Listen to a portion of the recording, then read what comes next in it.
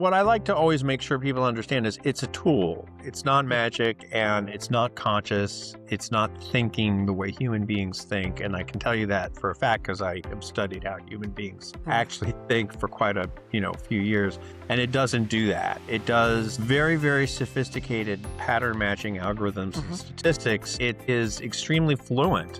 And it can be very, very convincing because you can really, it's the first time that you can hold a conversation with a non-human entity. And so that can be very persuasive and very compelling for some people.